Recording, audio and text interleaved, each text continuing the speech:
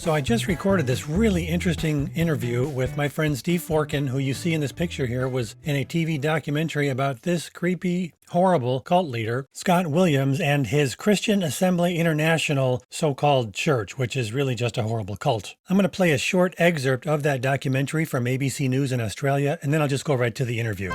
The gifts are imparted by the Holy Spirit. He was a self-styled Messiah, promising salvation to his followers. He told me that he's there to spread the gospel, to start a church. But he took their money, brutalising women and children. I was, on a number of occasions, suicidal. While he sexually abused many of the men. My brain was just going absolutely crazy. I couldn't understand why I would do such a thing. Why would I surrender to somebody in such a way?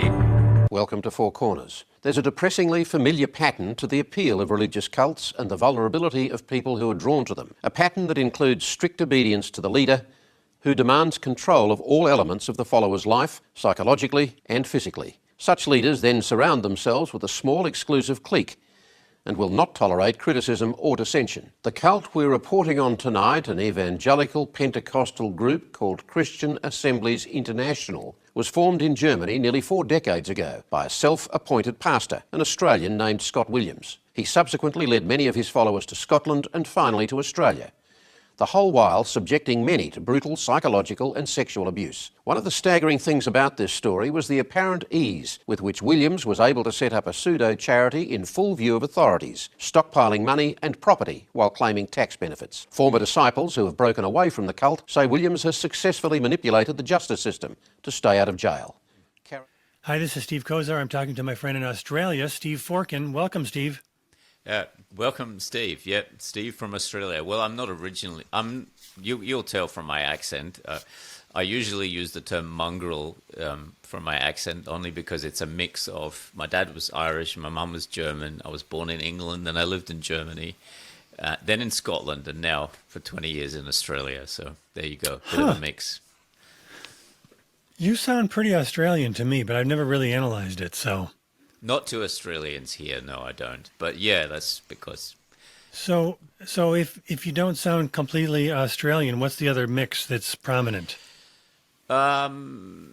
English, Scottish, maybe a little bit. Because when I lived in Scotland, I worked all over the UK as a consultant. So you pick up bits everywhere. So it's kind of a hodgepodge. So we know each other a little bit because we've talked on various videos over the last few years because of the is there 3 or 4 of you guys that have done stuff? I know there's you and Phil. Yeah, then there's Harvey who sometimes joins us. We got to know each other in a Pentecostal Charismatic church that we were all in, and where we started doing apologetics. And I think the more we got into that subject, of course, that was kind of the springboard to, certainly for Phil and me, to leave that organization, finally get out of the Pentecostal Charismatic scene altogether. So that's how we know each other for about 10 years now. Okay, so in the YouTube channel is?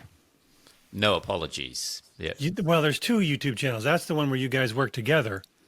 That's right. Then there's also my own personal YouTube channel called Reformed Apologists. So I started that mostly just to try out little short teaching videos, and it sort of started to grow. And it's where I think I have a particular problem that I want to work through. Usually it's an objection to something in the Christian faith, and then it's also just dealing with hard questions that I've personally had to deal with because of my Pentecostal charismatic background. And I use these to make short teaching videos to debunk what I call bad theology, lies, myths. There's a varying different degrees of error. And what you're doing is similar to, I think, what myself and a lot of people wind up doing is we really start asking difficult questions about whatever movement we're in. A lot of us came out of some kind of a charismatic Pentecostal background, and we're in a place now where we've taught ourselves for the sake of ourselves, and now we feel really strongly about it, so we want to teach others. Yeah, exactly. Yeah, and one of the things that I just don't hear people like Dr. Michael Brown and Daniel Kalenda and people who are really strongly fighting us, I never hear them admit to the fact that their biggest critics, Chris Roseborough being one of them, came out of a charismatic Pentecostal church. We were in it. We were, in many cases, harmed by it. And it was really a difficult part of our lives. And you, my friend, have the most terrifying life story I've ever heard of all the people that I've talked to. You were featured in a TV kind of a news magazine program. Four Corners here in Australia, yeah. That was about 10 years ago now, or a little bit more. Roughly 10 years ago, yeah. And the leader, who was the leader of the cult, and it really was a bona fide cult that you were part of. What was his name again? Scott Williams. Scott Williams. I will put a link to that documentary in the video that we're making right now for anybody who's interested, but I just got to warn you, it's not pleasant. It's very difficult to watch, to hear the details of what took place. And I just felt for you so much listening to that, going, man, you came out by the grace of God, and really, I don't want to seem like, you know how when people have somebody on their show, they pay these compliments like it's a fanboy club. But I think you've come out really well, and I'm really impressed by your ability to articulate your ideas and to sound like a normal, reasonable, actually quite intelligent person. And when I hear your background, I'm like, man, I wouldn't blame you for living on the street somewhere, banging your head against the cement with a whiskey bottle in a paper sack. That Look, would absolutely. be where. Yeah. What's that? Absolutely. It's not because I'm some special person or because I'm specially endowed with intelligence or anything of the sort. I think it's just purely the grace of God. There's nothing else to it. Well, let's do this. I want to. One of the things I thought about was, you know, people ask me, what do you think about this teacher? What do you think about this teacher? Can I send you the link to my church, my pastor's sermons? And I really don't want anybody to think that me or you or really anybody is the go-to person that's going to answer the questions that people need to answer on their own. So they need to see patterns. They need to see categories of false teaching. And when they understand the patterns and the negative tendencies, then they can just apply it to whoever it is without us having to answer for them. And so what I'm hoping we can do with our discussion today is for you to talk about not only the things that you kind of suffered through and the ways that you were manipulated and all of that, but maybe what were you thinking at the time that caused you to stay with that? You know, everybody has that. I went to a bad church for a long time, and I can think through now why did I stay? You know, doesn't that kind of make you go nuts at times, thinking, oh, the years I wasted, you know, why didn't I see this sooner? Well, you know, that's the way it is for most of us. And then if we can talk through those things, then maybe anyone who's listening will have a better idea of how they can apply those.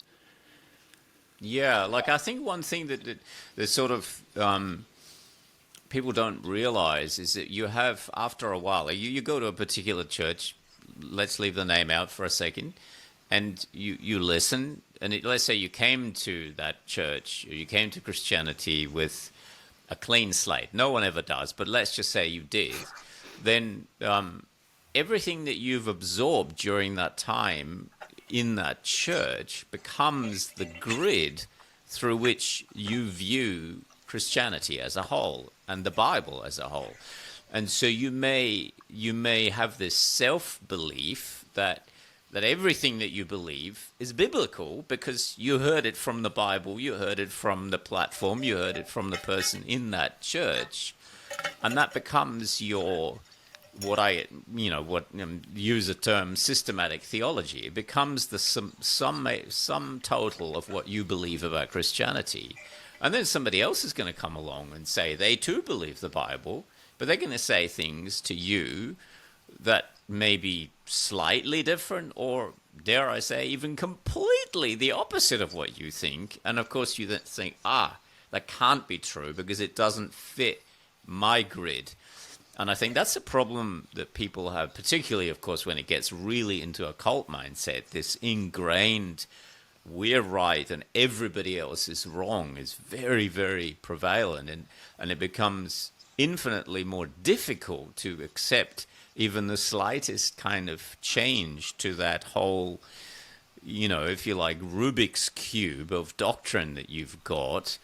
You can change the colors a little bit, you can move the bits around, but if somebody comes along and attempts to actually remove a stone like that's, and if you take a Rubik's Cube and you try and do that, usually what happens is the whole thing falls apart into all the pieces, rather than it's no longer a cube altogether. And that's what people are really frightened of. I mean, that's the situation I found myself in as I was, progressing towards leaving that organization, was to realize that if I leave, more than likely that whole cube is going to come crashing apart altogether. And that's a very feared concept when you think that the only way you will, you're going to be saved, or you're going to enter the kingdom of God, is in that organization.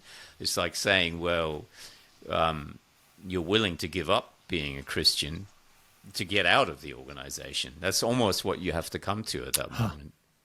Well, one of the things I learned in just a very amateurish study, I would say, of psychology, or categories of psychological frameworks, ways of thinking, is that, and this does not conflict with Christianity at all. So if anybody's worried, oh, he's talking about psychology, but psychologists have determined that human beings almost always will veer towards the thing that makes us the most comfortable. And that might not be the best thing, but it's the thing we're used to.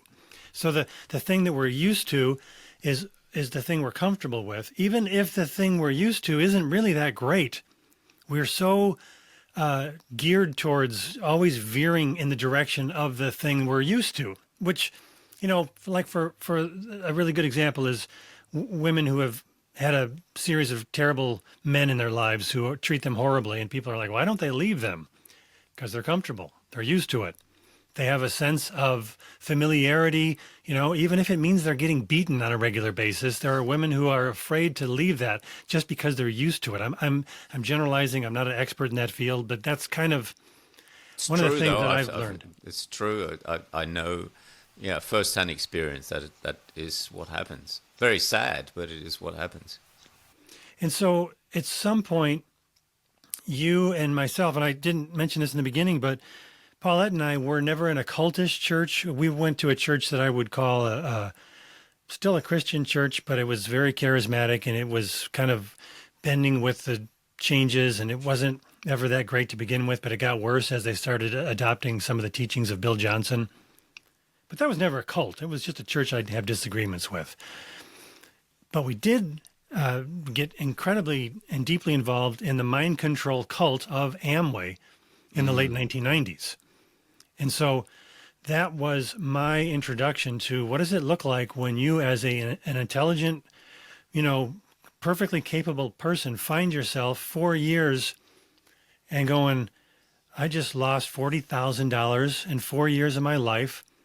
I've been part of a cult, and now I've finally gotten out of it, and I have to almost start over in many areas of life because I was so indoctrinated with this way of thinking. And there was a series of what is that House of Cards idea? It's the whole thing. Once it starts going, the rest just keep going. For me, it was I stopped listening to the tapes that we were supposed to listen to every week. And then after just a short amount of time, I don't think it was more than just a few weeks, all the doubts that I had nagging in the back of my mind started to come to the forefront. What were some of the things that happened with you?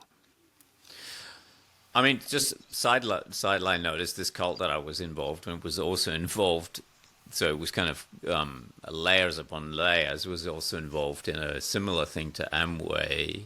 I don't know anything about Amway, but I know that it's a multi-level marketing system. And Manatech, you may or may not have heard of this organization. They're in the health space, vitamin pills and whatnot. Yeah. Very much the same kind of setup. And of course, the cult itself used that as a way of enriching the cult, of course, and also controlling the members, because the more embedded you get into this whole system, that just feeds the cult feedback loop as well, because essentially cults are like multi-level marketing schemes, and you are in this system in order to create more downlines. Well, that's just another term for more converts that will produce the same kind of result that the cult does. So for me personally, though, I think obviously that, if you watch the video that Steve's linked, you'll see that there was a lot of sexual abuse in this organization. And it was that, I think, that drew me to the edge of emotional and psychological despair, that I realized, well, I got to the point where I was weighing up, what's worse, the hell I'm experiencing now, or the hell that I may experience because I was afraid at that stage, if I left the cult, that I would basically be doomed to hell. And so I was kind of weighing up in my mind, well, which of the two hells are better or for worse? And at one stage, I just realized, well, I'll choose the hell later if I can not have any more hell now. And it was that sort of in my mind. Once I crossed that boundary, it still took several years before I actually physically got out. And I also got to a point where I realized I just couldn't live with myself just walking away from it. I had to, of course, I had 3 kids, my wife, and many other friends that I thought, well, I've got to help them get out all at the same time. Because their general cult practice was, if you leave, they will make you, they will destroy your family so that your partner and your kids will stay and you go. So that was, of course, for me, it was a price I wasn't willing to pay. So there was a lot of dynamics involved in getting out of the cult that I needed to resolve. That's why it took several years. Well, and one of the common characteristics of something that is a cult is this idea that you can be separate from your family. Your family is not as important as the cult itself. Of course, they never would call themselves a cult. They would say, we're the true church, we're the one true church, or something like that. And they would, take some of the Bible verses about how important it is to be committed to God and turn that into, well, you got to be committed to the church of God. We are the family of God. And if you have people in your family that are on very self-destructive paths, or they're violent, or something like that, then yeah, there is a time to separate from family members for safety reasons and things like that. People who are deeply into drugs or whatever, or part of gangs. But in general, you don't want to be a part of a church that encourages you to be isolating yourself from other members of your family. That's a huge red flag. Oh, totally. I mean, it's wicked, right? I mean, because what it does is it removes all of your moorings that you have in society, the family being the most important at that moment. And of course, well, then where do you like if you think of, a foundation, if somebody takes away the foundation that you stand on, well, then you have to replace it with something else. And the cult, of course, becomes that foundation, and that the cult connections become more powerful than the family connections. And if they can get you to ditch the family ones altogether, of course they want your whole family in the cult. If they can't have that, then they want your wife and kids in the cult. And if they can't have that, well, your wife and kids, you have to split. And they do that. They did that. I mean, like a situation I can remember, this is many years ago, long before I left. I can't actually remember what I had done that was to the displeasure of the cult leader at that stage, but they had pronounced a 6 weeks ban on me, where I had to leave my family house, as in leave my wife and my kids at our home, and I had to live in a small apartment in the loft room of a small apartment of some other men. I had to go to work and then went back there. I was not allowed to interact with anybody in that house, so I had to get up really early in the morning to have breakfast, then go to work. Then I'd come back. I had to go back and hide in that loft for 6 weeks, and I was only allowed one other contact person whom I could talk to who I had to report to every day about my re-education and my, so-called repentance of having offended, committed a particular type of offense. And it was only after 6 weeks that I was allowed to even talk to my wife. So, Wow. It's crazy when I think about it now, of course, and somebody would tell me now, would you do that? Of course, no, I wouldn't. But when you're in this kind of mind control maze where your world is a prison in that sense, that's just what happens. I mean, it was dreadful. I was, I was ready for a mental institute really in that stage. And when I came out of that, of course, I was all the more subservient to the cult because, what else would you do at that moment? I maybe should have asked this earlier, but what were the steps that led you into the cult to begin with? If you could try to summarize that. Yeah, so I mean, I was living in Germany at the time, South Germany. So for anybody who understands the sort of religious demographic of particularly Bavaria, it was pretty much 95, 96, 7% Roman Catholic. Not that they're all church-going Catholics. I would say, the bulk of them are the typical, you go Easter and Christmas, but you are a Catholic in the sense of, that's just who you are. You're born into the Catholic Church and you die a Catholic, sort of, the statement goes, once a Catholic, always a Catholic. I lived in a small country town. My dad being an Irish Catholic, that's what he grew up with, so that was fairly familiar to him in Germany. Whereas my mum was Jewish background, so her parents her father was a Catholic, her mother was Jewish. She died during the Second World War. All her family died. Let's not get into the tragic circumstances of the Second World War. That's all well known. So she was not, I wouldn't say my mum was particularly denominationally religious. So she adopted the Catholic faith of my dad only because that's what she did to get married. She left Germany after the war. But we as kids were not really religiously educated in that sense. So I went to the German education system, was very secular, sort of mostly atheist, I suppose. If you take that part of it away, the actual German education that I got in Germany was great. I'm not trying to say anything negative about Germany. I liked being there. And so then I got to know this there were only 20 people in this little group. So this guy, Scott Williams, had come from Australia. What I found out later, he used to work as a school teacher in Sydney and in Melbourne, and he'd been chased from the New South Wales education system for sexual demeanours. So he went to Victoria, or vice versa.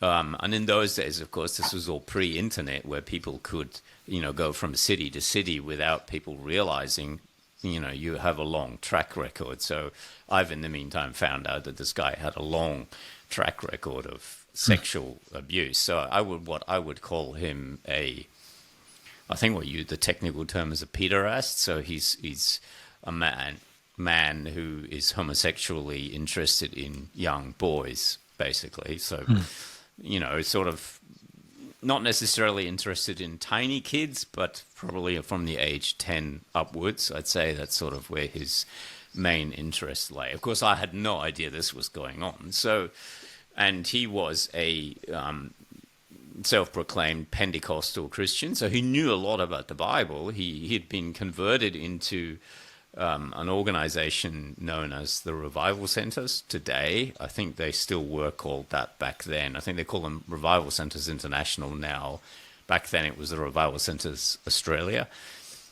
And but he was in a sort of faction of that group that was more extreme than even the revival centers are. So the revival centers have fairly extreme teaching in that if you don't speak in tongues, you're not a Christian. So for them, speaking in tongues is a de facto sign of you being a Christian. And so, of course, places an immense pressure on people to speak in tongues to conform. Otherwise, you're not even a Christian. Yeah. So it's not salvation by faith alone and grace alone, even though they will use those terms. It's salvation is through the receiving of this odd, strange gift with intelligible gibberish, unintelligible, sorry.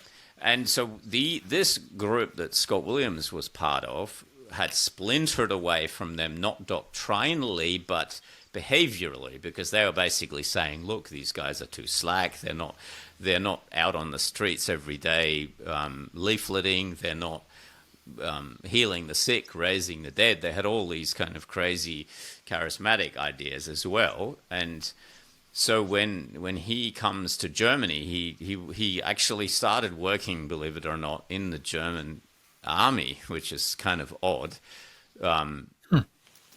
He was working in an army base, which was the School of Signals for German soldiers listening to all the traffic, if you like, the communications from the East. So don't forget, this is in the 70s and 80s where Germany was on sort of high alert of the fear of the communists coming to invade. And so there was a fairly strong presence of American soldiers in Germany at that stage as well. And so they were listening to all the communication behind the Iron Curtain. And this little army base, which was only a few kilometers away from where I lived, was the training school. They trained all the soldiers specifically to do this kind of spy work, if you like.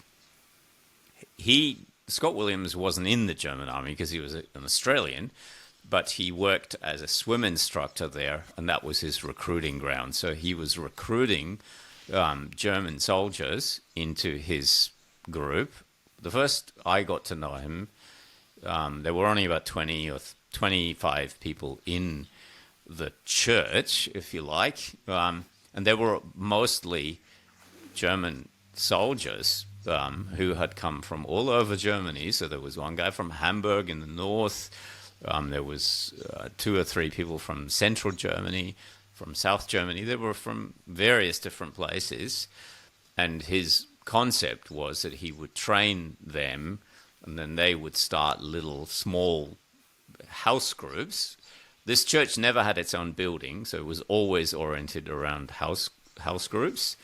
And it was always oriented around very tightly controlled house groups with very strict military-style regimen of what you had to do in order to be a good member of that organization. And he claimed to have prophetic gifts. He claimed to heal the sick.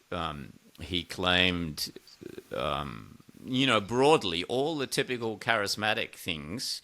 Yeah. That you would hear, like a typical, I don't know, the guy with the man with the bun on his head, the beehive man, Todd White, that's the guy. Typical that kind of, like going out and leg lengthening. He did all of those things.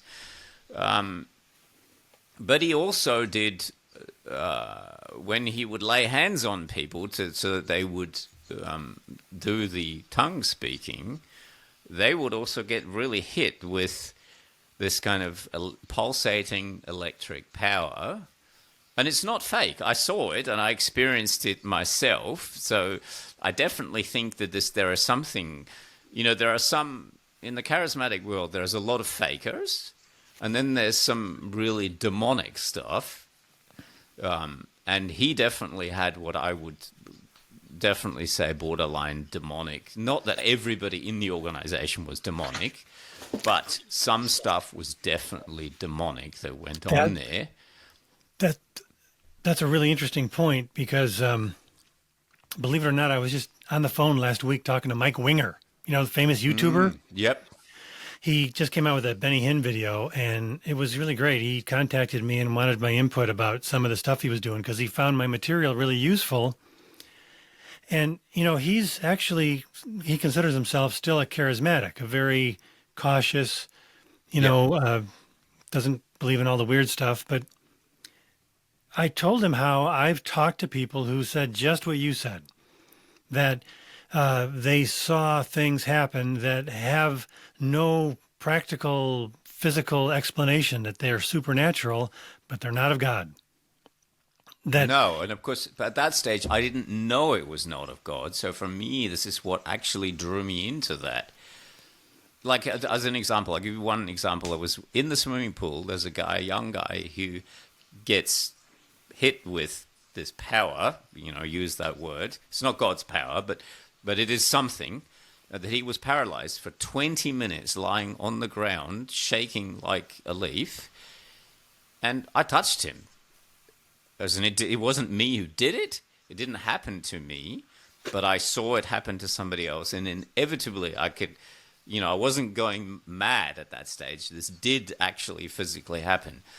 And these things, I suppose, became a hook in my mind to think, well, if this man has these powers and he's preaching the Bible, then, that's what drew me into that organization. Okay. Definitely. That was the draw card in. Wow. Because what does that say about all of this emphasis on signs and wonders? We have all these NAR leaders telling everyone that you gotta get zapped with electricity if you really want to have the power, if you really want to make a difference in the world and go out there and convert more people. You got to be like me, with this bizarre manifestation of electricity. Totally. And we don't see it in the Bible. No. And people talk about it being really painful. And I keep thinking, seriously, this is the God of love? He pins us down and zaps us with painful electricity to the point where we're begging him to stop because we feel like we're going to die. And then we have to actually explain why that's not a good thing to people. And I do. I explain this in my videos. That's not a good thing. And people are all, well, you're just a Pharisee. No, that has nothing to do with it. No, nothing at all. You would remember, I'm pretty sure you've seen this clip. I think it's a lady from Africa, Heidi Baker, I think. Mm-hmm. I'm not very well versed with her, but this particular clip, because it's gone all over the internet, she's, I think, at the Bethel Church in Redding, California at that stage, and there's this young guy, and she's sort of saying more, and all that, and you see him writhing on the ground, screaming, like very clearly. Impartation. The most impartation that you've ever believed for right now. You're going to impart to each other. So you're going to take it, you're going to put it on somebody else's head, a watch, and then say, more, Lord. Whoa! More, Lord. Everybody, place that anointing, that crown, that gift upon someone else's head. Keep praying. Every single one of you, impartation, legacy, legacy, legacy, legacy, fire.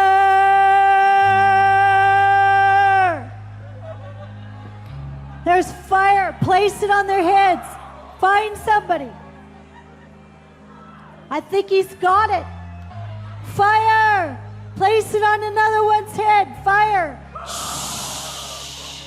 Legacy, legacy. The greatest thing you've ever seen in your life. Prophesy over them 10 times. Start to prophesy over him. More, Lord.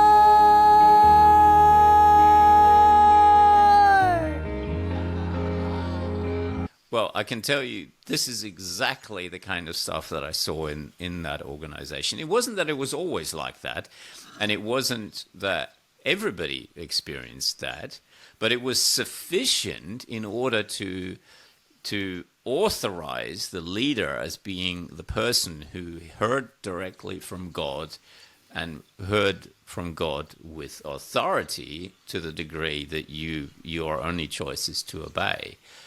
And Did you ever have people who would say, that's not of God, that seems like it's of the devil, and they would, push back on this idea? Or was the control of the group so tight that didn't ever happen much? It didn't happen much. And of course, I think in the earlier stages of this organization, of course, there was very little alternative. Like if you in a country like America, where of course there's everything under the sun in terms of Christianity, like you've got a broad smorgasbord of options. Well, in Germany, you've basically got, like in Bavaria, particularly where I lived, there was basically Catholicism, and you had what you call the Bible thumpers, they would call them, but that was Jehovah's Witnesses, the people who'd come to your door with trying to. And they were well known as being a cult, so most Germans would just say not interested, and there's not in great numbers, and that was it. There was nothing, so there was no alternative where you could say, something to compare with, somebody else to go and talk to, and Scott Williams was a master at explaining, look, I represent the broad consensus of, let's say, Christianity out of America or Australia, and then alternatively you have Roman Catholicism, and then you have all these sort of so-called fake miracles that occur to authenticate him, and then basically so you're left with no alternative in that sense. Yeah. And it's not that the bad behavior happens at the entrance. Like the cults are really good at what I call love bombing. So they make you feel extraordinarily welcome when you first encounter them, and that goes on for months until they gradually let the guard down, and then things start to gradually change and demands start being put on you. And by the time the demands are put on you, you've had sufficient indoctrination to know what you have to do in order to remain in God's good books, so to speak. And so, you may be told when you enter the cult that your sins are forgiven, but that doesn't mean that your current sins or your sins that you will commit tomorrow are forgiven. They are not forgiven. They're never forgiven unless you remain this dutiful, obedient, repentant person inside the cult. It's interesting. Michael Brown has been involved with a recent video about once saved, always saved, where I think they largely chuck everybody into one bucket and say. But one thing that they proclaim in this video, which I think is very troubling, is this idea that when you become a Christian, it's only your past sins are forgiven. Now it depends on you how well you obey. Right. And that concept is very, very troubling because there's no yardstick. Like, what does it mean? How many times do you have to pray in order to be right with God? How many works do you have to do? How often do you have to repent? How often do you have to go to church? How dutiful do you have to be? Like, where is the boundary? Is there this kind of gulf where you step over that and then you're in free fall and you're, irrespective of what you believe in terms of whether somebody can apostatize or not, the idea that Jesus only died for your past sins and not your sins today or tomorrow, that's the if you like, the Swiss Army knife of a cult leader, because it's like, great, so now I have you in my hand, and as long as you're only going to be saved if you follow the instructions that I give you, which is precisely what this guy did as well. And what good is it if your sins in the past were forgiven if they're not forgiven today? I mean, that's amazing. I forgot about that. And Chris Roseborough and I did a video, 4 or 5 years ago, probably, and it was about Dr. Michael Brown. And I put up a meme that Dr. Michael Brown, made or had his people make, a little graphic. I don't remember exact wording, but it was something about how Jesus died for your past sins, not for your future sins. And we talked about that on the show. It wasn't the main issue of the show, and I don't remember what show it was, but I can see how that could be a really great tool to manipulate people. It's funny, fear. isn't it, that Luther, even when he was still alive, one of the things that he said that he feared the most is the pietists, the so-called people who are so holy, who push you to be holy in works and this and that. Not that there's anything wrong with pietism as a concept, but Right. the people who push that to the forefront so that the gospel takes a back seat, which is where I would put Michael Brown. They are the most dangerous people to the Christian church. That's what Luther said. It would be the undoing of the evangelical church. And he said that even in his life. So, and, you know, when I look at the cults, they're, of course, on the far, far extreme of that.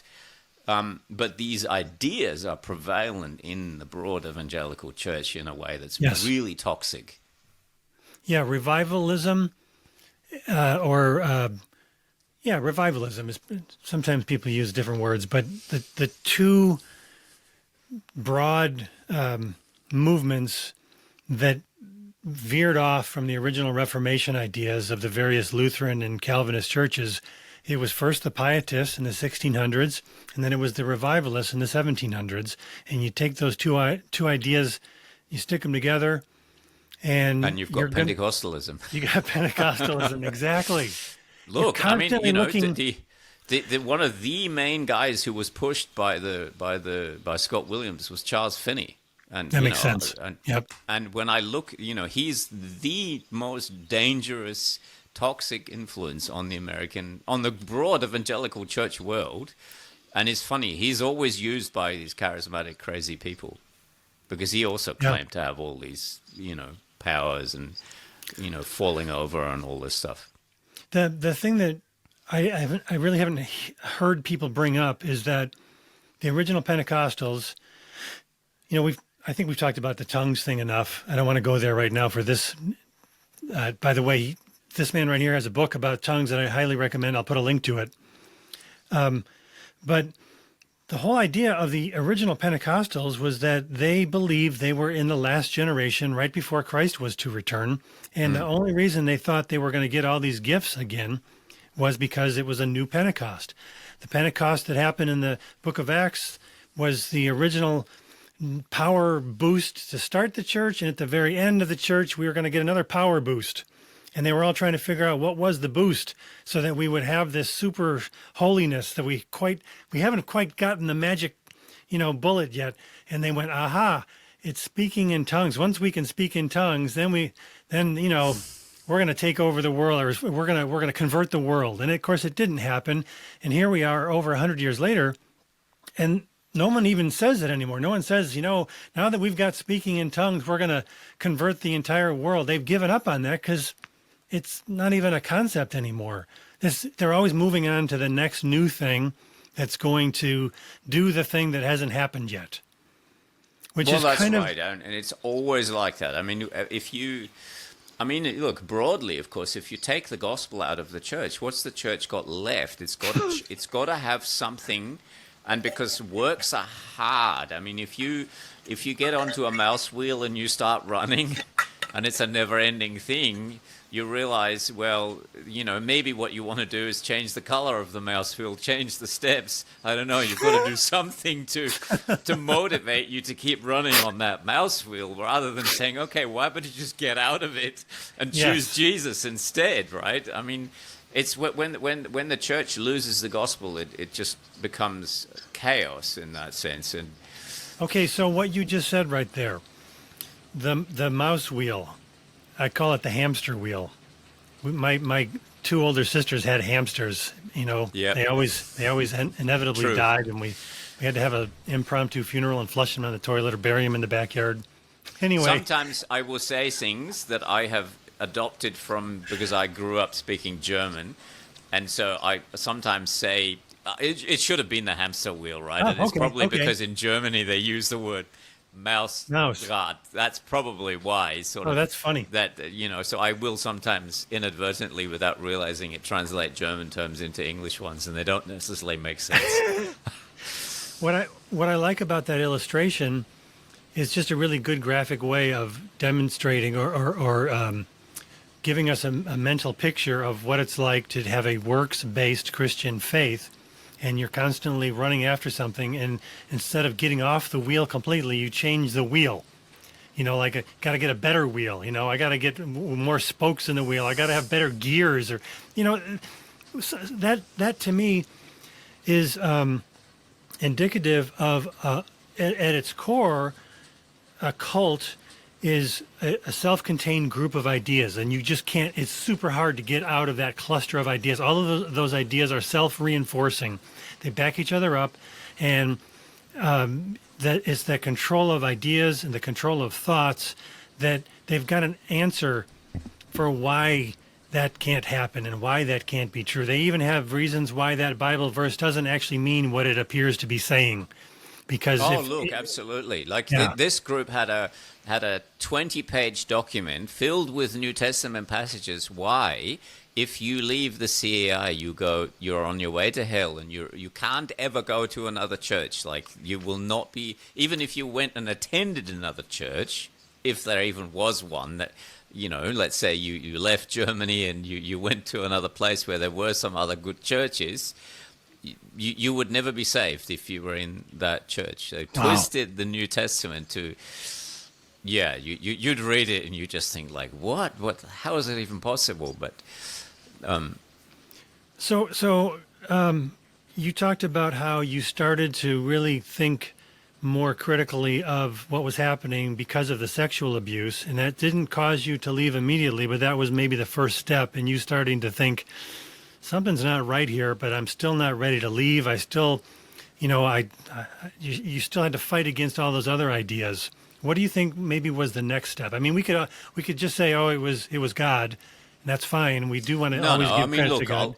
Ultimately, of course, God was the one that did that, but it was other things. Like I'd have in my mind, critiques of the behavior. So one of the things that was very prevalent in this organization wasn't just the fact that they went to church on a Sunday, and on a Wednesday. And we had 2 prayer meetings a week. We had a house meeting on Wednesday, a house meeting on Sunday, and the house meeting on Sunday consisted of, you met at 10 o'clock and it wasn't finished till about 5 o'clock in the afternoon. So your whole life was absorbed in it, and they had a very strict menu, food menu system, where the women were, ordered, you have to make this particular meal. Like, it came out every week. So imagine that the senior pastor puts out the meal that every woman has to cook in the church on Sunday morning for that particular, and then they'd have meal inspectors to test. I'm laughing here because it's the only way I can deal with these kind of things, but it's literally like that. And women would be graded on how well or not they performed by creating this 3-course meal. And, people would be literally kicked out of the church. Not kicked out in the sense of that they didn't want you back. Of course they wanted them back because they wanted their tithe to keep flowing in. But you would be excommunicated, as I say, like, for 3 weeks you're not allowed to be there, but you're also damned during those 3 weeks. And people would do their damn best to get back into the good books by cooking good food and whatnot. So there was all of that. So it was extreme works regimented. But it was also that the church was into building projects. So, and these would be mostly residences for either the senior leader or people that he had appointed. And they would be like, when I was in Scotland, we bought several, as in not me, but the organization bought properties, old properties, and then people had to work. We sometimes worked 3 evenings a week, every Saturday. Like, holidays were a very, very rare occurrence, where you would, get there early in the morning, work all day, sometimes till late at night.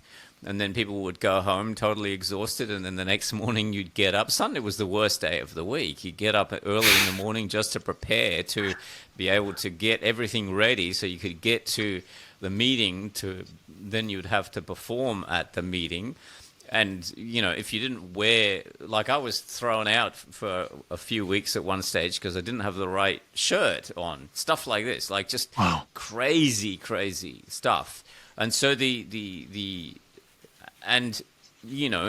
leader, as in Scott Williams, proclaimed that he was getting visions from God directly, like Moses. You know how you read that Moses was shown how the tabernacle should, what it should consist of, what all the utensils in the tabernacle, and later, which is where the temple worship evolved from. But it was obviously God communicated. I mean, Scripture tells us that God communicated with Moses like a man, and Scott Williams claimed that God was communicating with him in the same way. And so literally down to every color, every floorboard, every this, that, the next thing, in these renovated, beautiful, you know, like the houses were works of art when they were finished, not for the benefit of any of the members. They just slaved in there and gave all their money. Then Scott Williams would invite, you know, important people, because he was that's what narcissists do. They have to, you know, bring in people from around outside of the cult, like only important people, whether that be he'd invite the local mayor. Sometimes, you know, he did have here the local mayor from Kozar out on his compound not long before I left. And he would portray to be this wonderful guy who's creating this great community and all that. But it's all a show, because people, of course, behave in a way totally differently when an outsider is there to when you know, things are going on that, of course, the outside world is not to see. So people would also be totally drained of every bit of physical energy. When you have physically no capacity to, you know, to think and rationally work out what's wrong, in order for your mind to operate in a healthy way, your body has to be in a functioning. You have to have physical energy to think rationally. And if you don't have physical energy, you're so worn out, you're so tired, then, you know, you're much less likely to be a rebel, so to speak, from the cult's perspective. And so I think the one thing that happened to me is that I, of course, had all these, you know, conflicting, what you rightly termed earlier, cognitive dissonance, as in, you know, the dissonance was so bad that I knew this is just wrong on so many levels. But at some point you need to talk to somebody else. And so, you know, you're thinking, well, who can I trust? And so you eventually decide, well, I'm going to trust this person.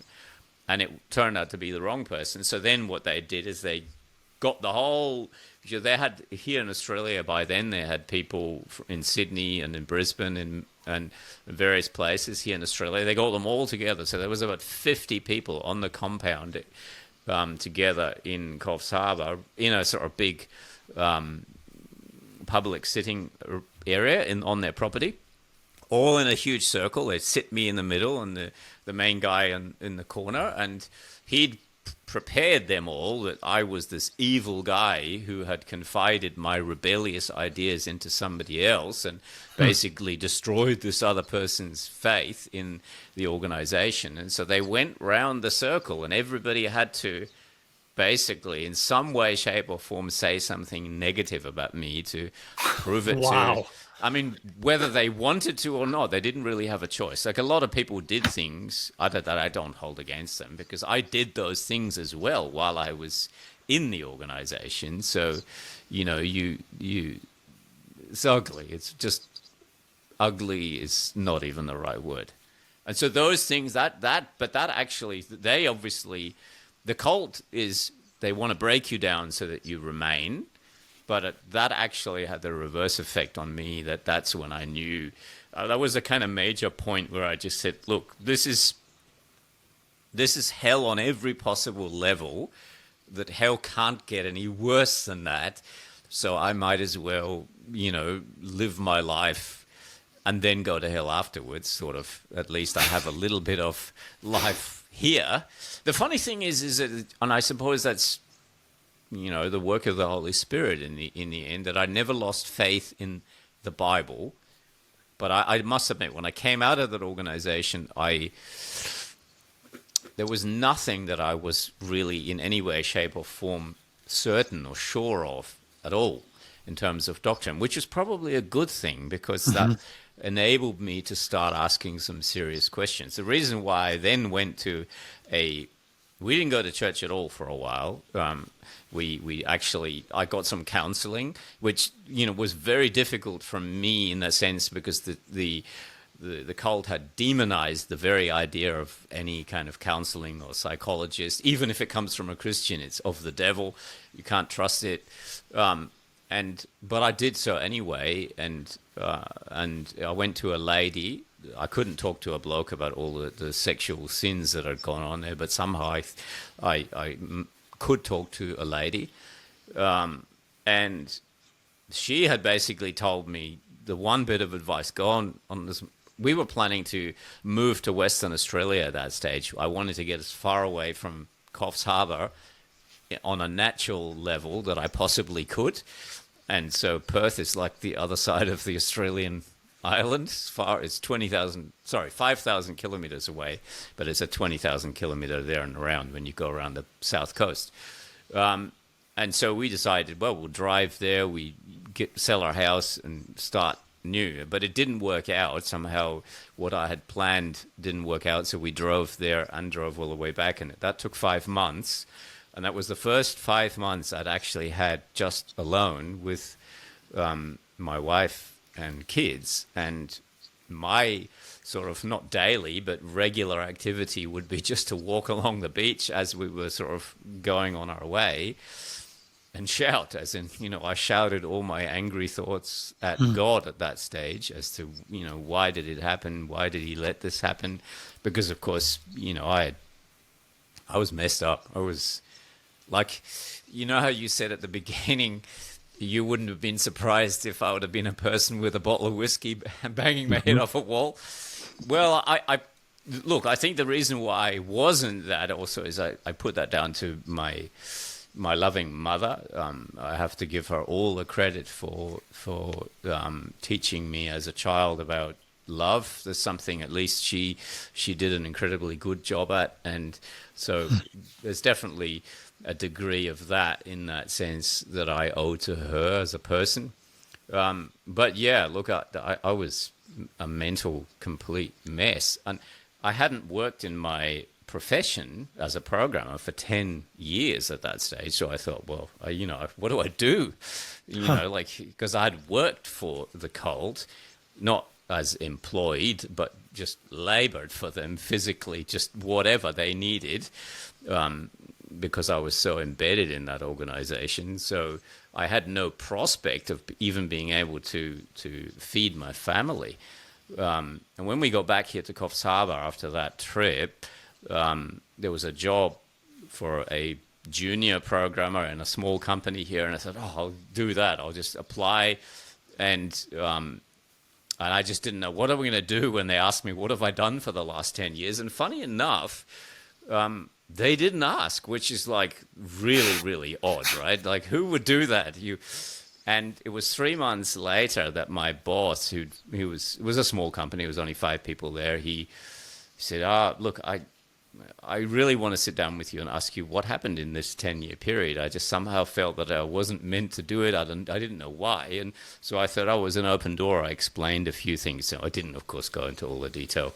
And so, but I was very grateful for him, because really he was a godsend at that stage. He wasn't a Christian. He was just a regular, businessman who looked after me, I suppose. So that was like for me, like, there are still humans out there, because when you're in a cult, you have this, everything in the cult is your little perfect little universe, and everybody outside of the cult is evil. They're only out there to get you. They're only out there to harm you and do bad things to you and all that. And of course, that's just rubbish, but that's just what you have in your head. It's very difficult to get these kind of mindsets out. And I suppose it took a long time, just a long time of getting to know some normal people. Anyway, I don't know, we somehow, how we got onto this now, but work is the thing that they used to enslave people. So we were literally working like a slave labor camp. Well, the fact that you are mentioning that is fitting into, this is the book that I honestly haven't even read. I just skimmed through parts of it and took a few notes. This is a guy who was part of the Moonies, and he's become somebody that often is quoted and is in a lot of is on a lot of podcasts and talks about cults more than anything. And he developed this thing called the BITE model. It's just a way to remember 4 categories of control. It's control of behavior, of information, of thoughts, and of emotions, and how cults try to somehow control all of those things. And the first part of it, the control of behavior, is behavior control is the regulation of an individual's physical reality. It includes the control of their environment, where they live, what clothes they wear, what food they eat, how much sleep they get, and what jobs, rituals, and other actions they perform. And he goes on to describe, some of the things that cults do, and what you're describing is exactly that. You didn't have any really control over your physical environment. What you did and where you did it and how you did it, it was all being controlled by somebody else. Totally, and I think this is one of the big problems that people will face. I mean, was like that for me, is that when you get out, this whole structure is gone. Which is why I think a lot of people then will rejoin another cult, even if it's not such an extreme cult, because they can't live with the idea of having to make decisions every day, can't live with the idea of actually having to be, a self-sufficient individual in that sense, because it's very difficult. And you've lost the art of connecting with other human beings as well, because all the connections were cut, and all the the only way in the cult, the only time you communicated with somebody was to try and proselytize them, by what we did once a week minimum out on the streets, giving out leaflets, and telling every other person, even if they were a Christian, if you met somebody who was a Christian, no, you can't possibly be a right Christian because you're not doing what we do, and you're not speaking in tongues, or you're not doing this, or you don't have the power of God. You don't. The dead are not being raised in your organization. Not that we ever did, but we proclaimed somehow. Like the pressure to healing was a very big thing in this organization, as in the proclamation that so many healings occurred. And I'm not saying that nothing ever happened, because I don't know. Of course, I'm not involved with every single person who was in the organization, so I couldn't possibly exhaustively know. But I know out of personal experience in my own life as to what the pressure to conform. So I had a motorbike accident where I broke my arm, and I had to go to the hospital. I had to get a cast, and I got home, and the first thing I did is, after I got prayer, was to soak the cast off in the bathroom, because I thought, I've got to be healed. There's just no way that I can have a cast. And my mother came home totally horrified, because I was still living at home at that stage, as any mother would be. I mean, what do you expect people to react like at that moment? And so then she, of course, promptly drove me back to the hospital. They got a new cast, and because the cast was slightly shorter than the other one, it was like, oh yeah, I did get partially healed. And you talk yourself into this idea as a God has done. It is also, I think, it's to do with your own, because when your confidence is not in Jesus and the gospel, it's got to be in something else. And the only other thing then it can be is in your own ability to rub the bottle right, and the genie speaks to you. So it's got to be, you have got to have had this experience. God has got to have given you a word or healed the sick through you. There's this, you're constantly chasing after it. And if I'm really honest, like I'm really brutally honest, and I know this is painful for some people, but God never spoke to me.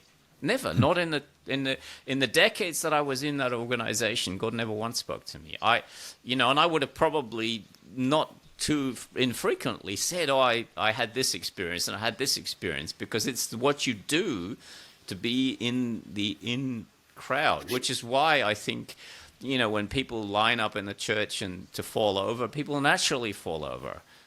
Because it's the in thing to do, and it's an embarrassment to you if you don't, because then there's something deficient about you. But having said that, every now and again there's these demonic things that happen, and I think these demonic things were to bolster the authority of the cult leader. Yeah. I was just going to say how that idea of wanting to be comfortable and to ease the things that make us uncomfortable, to get out of uncomfortable situations. When Todd White, I don't think he's been doing it for a while now, but anybody like that who's on the street doing these fake healings, they are like a used car salesman who's constantly asking questions that the only response could be yes, because that's a technique to get people to agree over and over again. Eventually they'll agree to buying the thing they're trying to sell you. And so that feels better, doesn't it? You feel that, don't you? Wow, God's really doing something. What are you going to say, no? Yeah, what are you going to say? No, God's not doing anything. It's rude. You don't want to be rude to a complete stranger who's acting very friendly and seems to have good intentions. It's a sales technique, at least part of what's going on there in the street evangelism of the worst kind, not real street evangelist. I'm not talking about real people preaching the real gospel. But so did you, when you left and you're talking about walking on the beach, I'm remembering in my own life when we left the Amway mind control cult, I remember being like, I can actually do whatever I want. I don't have to get anybody's permission, and I'm going to start over again in other areas, and I'm going to try to rebuild my career as an artist because I really wasn't doing my art as much as I should have.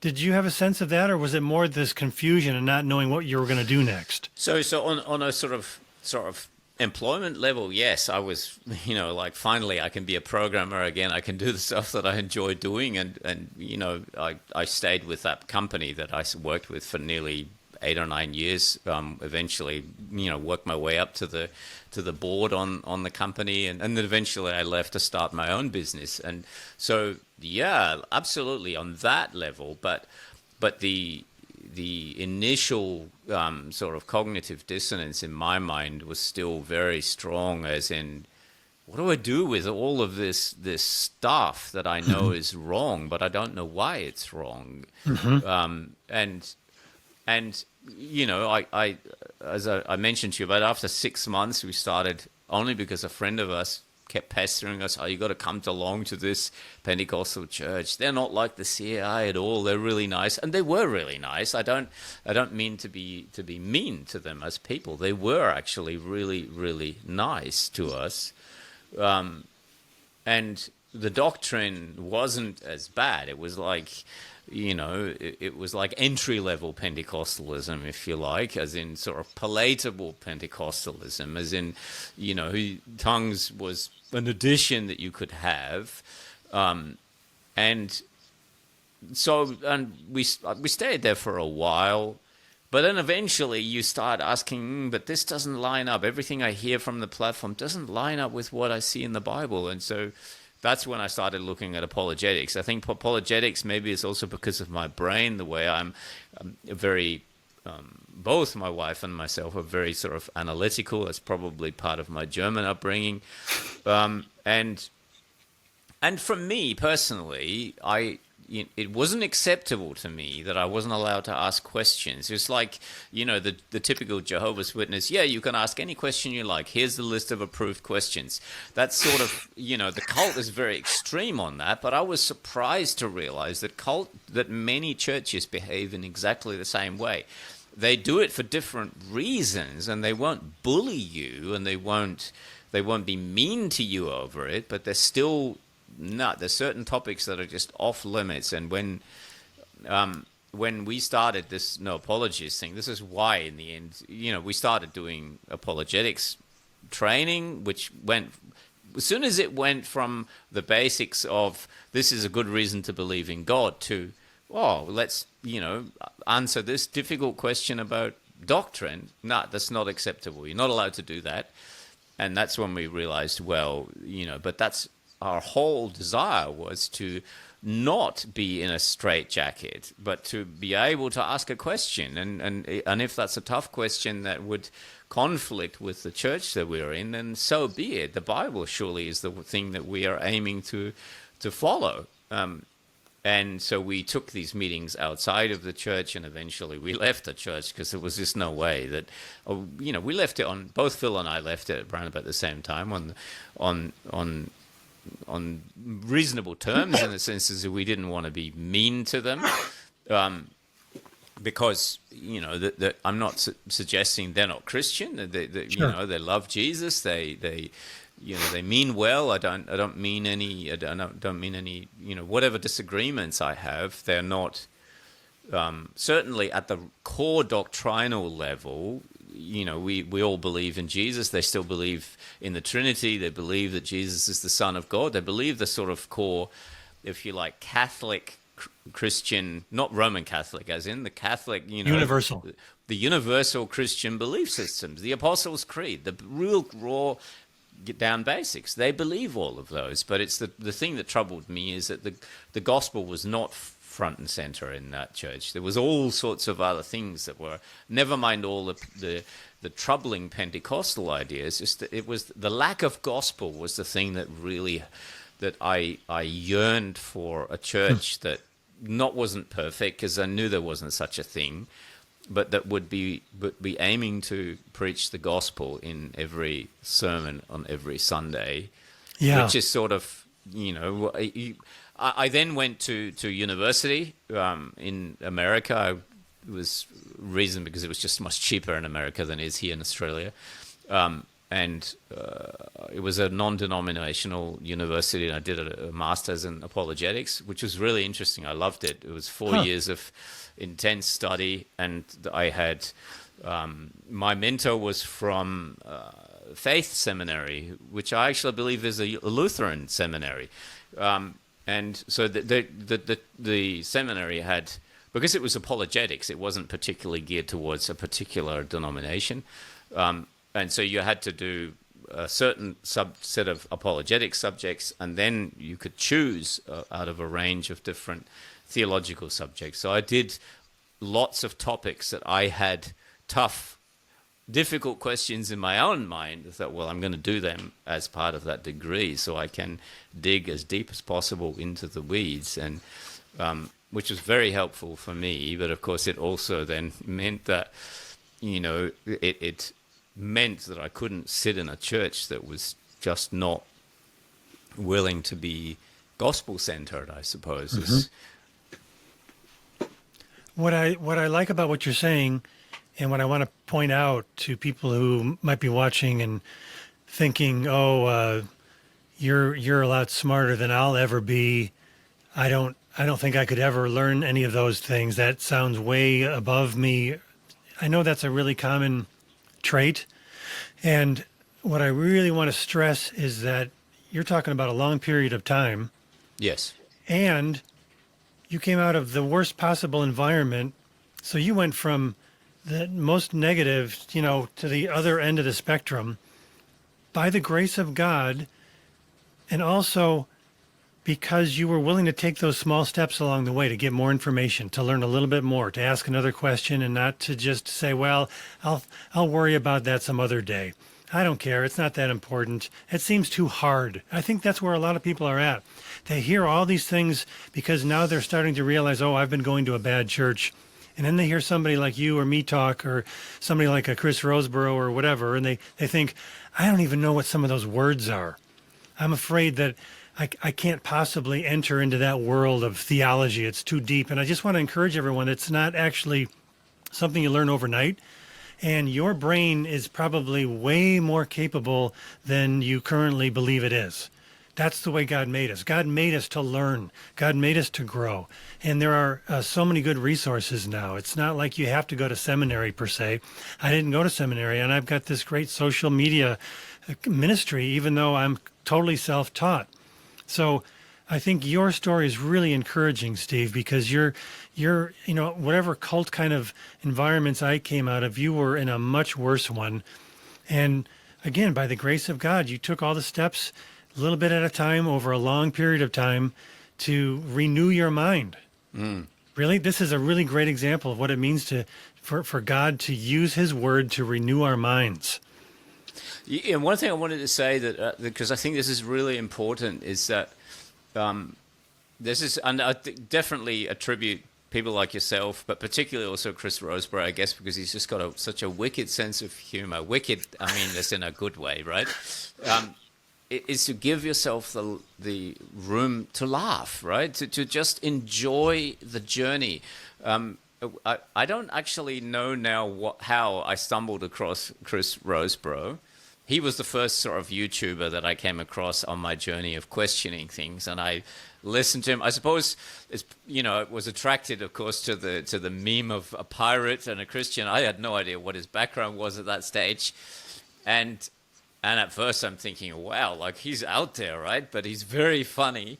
But what really struck me with him was this constant, okay, let's go and have a look at what the Bible says. What does the Bible really say? Not just what you may have heard it says, but let's look at the text itself. And he digs deep. And I was just like, wow, like this is just a whole new world opened up. And I realized that the more I listened to him, the more I realized this world is open to me too. It wasn't so much that I wanted to become like a new Chris Roseborough groupie kind of person, because that's not the aim of this whole thing. Right. But is that you go and open the text of the Bible yourself. And like the cult that I was in was also a King James only version cult, right? Like it had every possible thing that you can think of. And I remember buying myself an NIV, thinking, wow, if I not bought according to them, I've bought myself Satan's Bible, right? And so I said, I'm going to read, because I realized that I had so many ingrained bad ideas, but I'm going to just sit down and read the NIV. So I read the NIV for 2 years, as in, like on a daily reading plan. And I so loved reading that Bible letter. This can't possibly be like, it's only through the practice of reading the Bible from a different perspective that you suddenly realize, man, this is. And it was later I came across a guy called James White. I'm sure you know him. He wrote a book called The King James Only Controversy, where he answers all of those things. I read that after reading the NIV for, I think, a year or something, and I thought, wow, like, yes, absolutely. I knew it was wrong, but I couldn't answer the question until I read that book. I guess, and what you're saying is right. There is such a wealth of good and easy-to-read stuff out there that you don't need to go. The fact that I went to seminary, that's just the way my brain is wired. It doesn't mean everybody has to do that. Of course not. But there are so many resources out there that debunk the typical cult style sort of, I think personally that the gospel has been written in a way that operates counter to any kind of cult mentality. Because it's God-given, it's easy to understand, it can't be used as a whipping, stick, because the gospel is about grace, it's all about what Jesus has done. And so in order to create something of any kind of works-based, man-centered versus God-centered, you have to get rid of the gospel. That's what they all do in the end. They make something else front and center. As soon as you put the gospel front and center, you can't have a cult. You can't operate a cult. When I came out of that cult, I honestly, if I'm really truly honest, I had no idea who Jesus was. I didn't even know if he was the Son of God. Was he just a man? I didn't believe in the Trinity. and because I just had no idea. So in some sense, I thought I was a Christian, and maybe I was. Look at, I asked these questions to the point where I eventually came and said, okay, I'm not going to do that anymore. That's pointless because I'll end up in a loony bin. Right.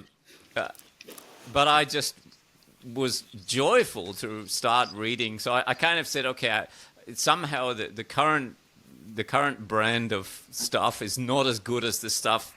So I decided to go back to the Reformation and start reading from the Reformation forward. And, I read a lot of Luther. Maybe that was just because I'm German, right? So you kind of feel comfortable with that. And everything I'd heard about Luther, all the bad things I'd heard about Luther, turned out to be completely false. And Luther is not this guy who invented something new. Like, I remember reading about a guy called Bernard of Clairvaux in Luther, who he said and this is a 9th or 8th century Roman Catholic, if you like, before Roman Catholics got really bad.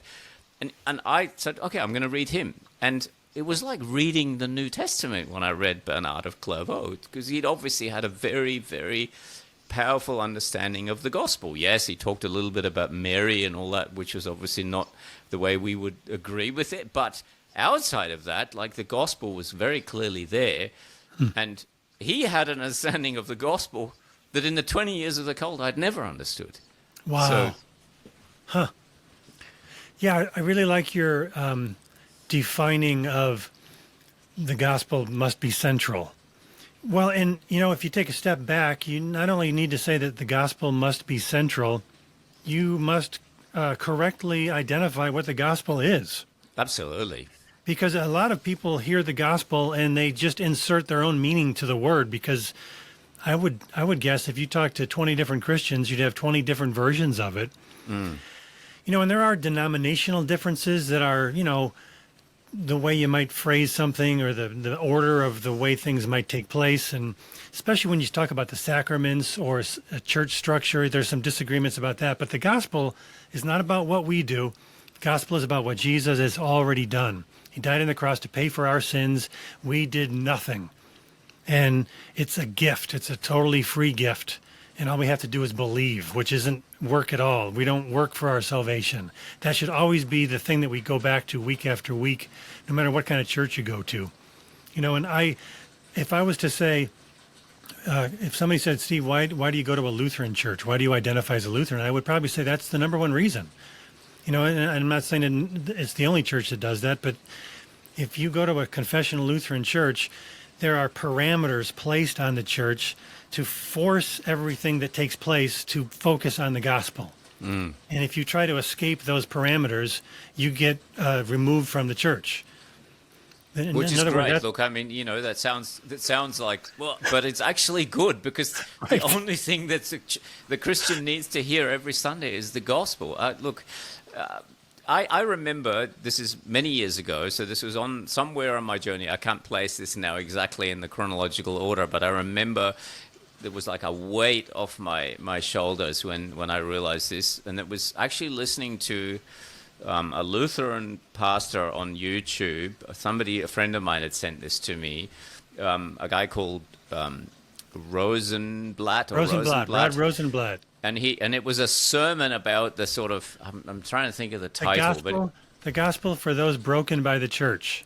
Yes, absolutely. I remember listening to this sermon like 4 or 5 times over, and it was just like, it was like somebody pouring a bucket of water over me, and I was like, yes, give me more of this, give me more of this. And I've since listened to this sermon a few times again and again, just to keep reminding myself. And this is when I talk about the gospel being front and center, this is what I mean. This is what I essentially got out of reading Luther in his day. And I think if you could turn the clock back and you could sit Luther and Calvin next to each other, you'd find that they, apart from the few peripheral things on the outside of that, this is certainly one area where I think they would have all had absolute agreement.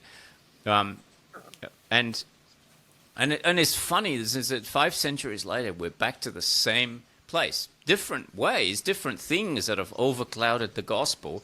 But the charismatic church today is as mystical and other than the Roman Catholic Church was in the Dark Ages, in that sense that it's the gospel has been swept out of the church and replaced by other stuff, be it signs and wonders, be it, all sorts of different things. And those things are, in the grand scheme of things, totally irrelevant, especially when the gospel is gone, because the gospel is our greatest need. Like I knew that my greatest need when I came out of that organization, and of course ever since, is my daily greatest need is to know that Jesus has dealt with my greatest problem, which is my sin problem. And to know and to really, really know that in your heart, that's like, you don't need anything else. I don't need anything else. That's all I ever wanted. That's actually what I wanted when I was in this crazy cult, what I worked and slaved for. And of course, the more I worked and slaved for it, the further away I got from it. That's of course. And so, yeah. I like that. Let's call a close to this, because I feel like we could talk for another hour and we might not say anything that hasn't already been said really well up to this point. I was just thinking, though, as you were saying what you were just saying about a lot of people come out of a bad church, and a lot of people that are familiar with our channel, a lot of them come out of a charismatic Pentecostal kind of a church. And honestly, when I started the Messed Up Church, that was not my intention, was to just focus on one branch, and I still don't really like that. I would like to talk about the problems of the progressive churches and things like that, but there's only so many things you can focus on. And here's the thing. A lot of times people come out of a bad charismatic church, or even just a real bland mega church, like the seeker-friendly mega church that really doesn't have any theology at all. And I think one of the errors that people veer towards is, well, now I'm going to go to a church where we're really doing it. We're finally doing it. And the it is different depending on which church you're talking about. And that is a little bit like your illustration of being on the gerbil wheel, and you're just changing the colors of the gerbil wheel. You want to get off the gerbil wheel and say, I want to go to a church where we all admit that we're not doing it. Absolutely. I want to go to a church where we all get together every week and we say, thank goodness that Jesus did it. Yeah, we're beggars, and and that's it. I mean, and exactly what you said there. Jesus is the one that is doing it, and we go to church not to get, but to celebrate that Jesus did it all, and that's it. It's simple. Yeah. It's not. Yeah. That's and if you're going to a church and you're coming away after the service ends, going to your car, driving home, feeling like, I got to do more. I didn't do enough. I got to try harder.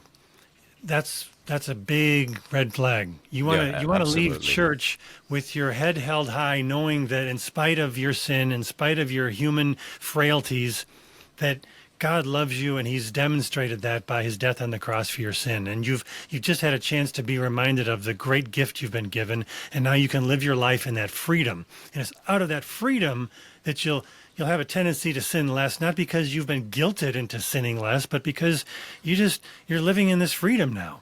And this freedom isn't what's going to cause you to sin more. It's going to remind you to not even want to go there anymore. So yeah, exactly. Well, thank you so much, Steve. I couldn't agree more. I hope that people have found your story, useful. And my guess is that people are going to maybe want to ask more questions. Is there a way that they could reach you? Is there something I should maybe put in the description of this, or should they reach you via YouTube? Well, they can, of course, join my channel and ask questions there on the videos. But I mean, look, if people want to, I'm okay with you putting my email address out there if you want to. That's fine too.